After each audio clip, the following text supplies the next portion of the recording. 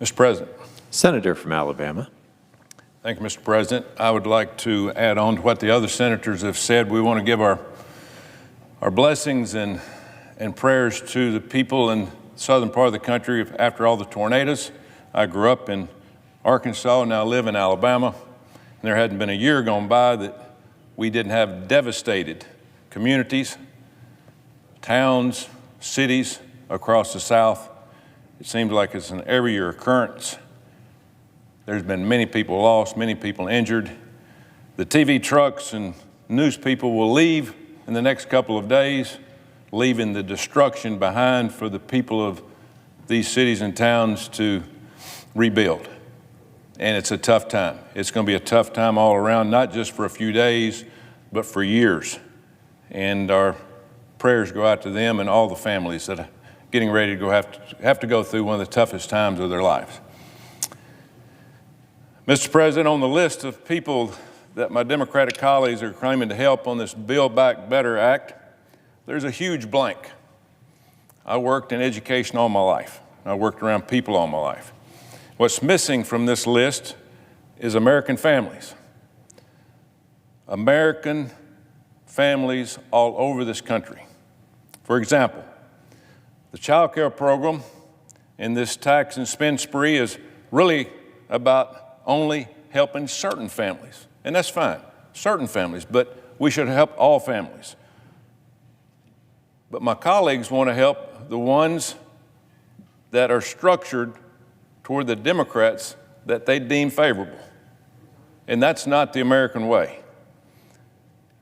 If you're in a two-parent working household, my colleagues' plan would cost mom and dad thousands more each year to pay for their child's care. Think about that, thousands more. This means tax many and give to a few. Oh, that's not what we do here. Additionally, a once bipartisan initiative, the child tax credit, is being reworked.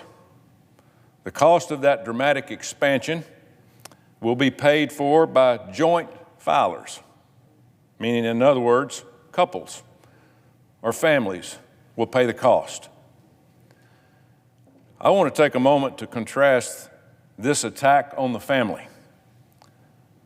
It's an attack on the family approach with actual American families around the country that we're looking at and that we're speaking about. This anti-family bill is not only coming at a time when families have to pay more for groceries and pay for more gas and higher prices at the gas pump, but also when families are silently fighting other unnamed pandemic and problems. And those are the worsening problems of mental health and drug addiction issues in our country today, which they are abundant. So I ask my colleagues, why this bill? It doesn't build families back better. It builds them broke. It helps a few, not all. It doesn't create jobs or support working families. It creates more reliance on big government socialism. And why now? When inflation is so high and when so many of our friends and families are suffering to find the help that they need. It goes without saying that the COVID pandemic has played and is playing a large role in the staggering rise in drug overdoses and increase in mental health crises and homelessness over the past couple of years. Americans were locked down unnecessarily, long periods of time, jobs were lost, and the economic engine of our nation was brought to a screeching halt. Children lost out on valuable education opportunities and wondered when they were going to be able to see their friends again. Student colleges, experiences were changed forever. And working parents had to juggle schooling and full-time child care in addition to holding down their own jobs. Throughout this turbulent time, Americans felt lonelier and more detached than ever before, especially in my lifetime. It is a dream too often turned into a nightmare for an increasing number of Americans, a promising future robbed by deadly drug addiction. And sadly, it is more common now than ever before. According to the latest data from the National Center for Health Statistics, we lost over 100,000 American lives due to drug overdoses from April the 20th to April the 21st. That's not including the last 8 months. This is an increase of 30% from the year before. Think of all the open seats that will be at the dinner table for Christmas, lunch, or dinner. The futures that will never be fully realized. The families forever mourning the loss of a loved one. It's happening every day. We have these known issues made worse by a pandemic. There's no doubt. And yet Democrats' response has been to open our borders and allow cartels to profit off of trafficking fentanyl and other deadly substances into our country. It's hard to imagine. Through the first 9 months of this year, the monthly average of fentanyl seized is 830 pounds a month. 830 pounds. Compare that to a monthly average of 321 pounds in 2018 to 2020. Now that's way too many, but 830 pounds a month. 2,000 pounds can kill 200 million people. 200 million. That's 3/4 of the people in this country. Instead, we need to look at how we can address mental health and break the cycle of drug addiction and homelessness. It should be a priority in this building. There are solutions out there if we approach the problem the right way. It's clear that the money we're spending and the programs that we have in place now are not working. We need to open our eyes. We should be strengthening the family.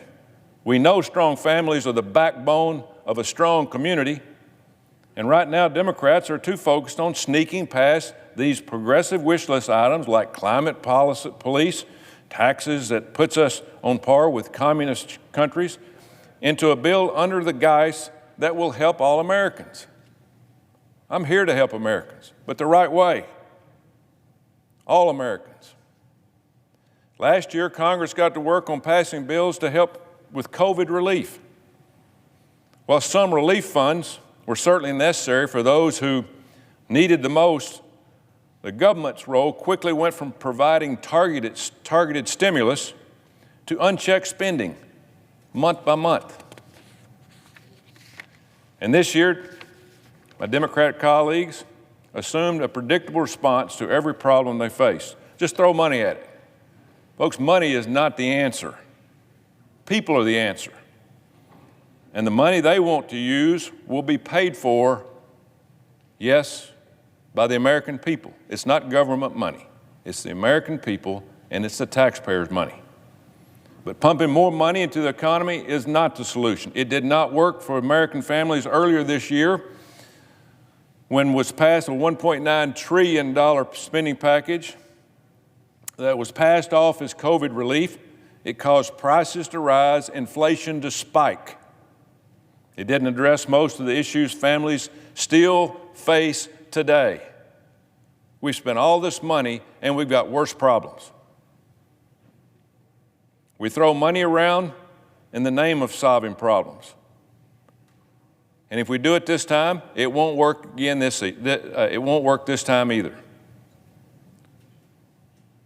We're putting the country more in debt, and we're making problems worse. People are starting to figure it out. You know, as a football coach for 40 years, I know a little bit about strategy. You know, I was a defensive guy. I like strategy. That's part of playing defense. A good defensive player must make a decision based on what is learned in practice and what their experience tells them. Then they have the confidence to commit to that decision. But the key to winning the matchup is to always watch where the ball is if you're on defense. We always taught our players, play the game with your eyes. If you go to any practice, you will hear this.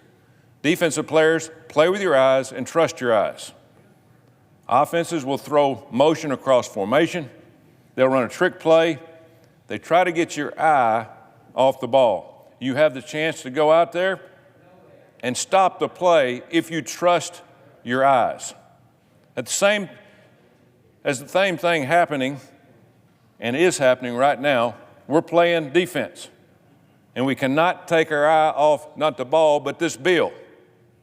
We've got to trust our eyes. The American people have to trust their eyes.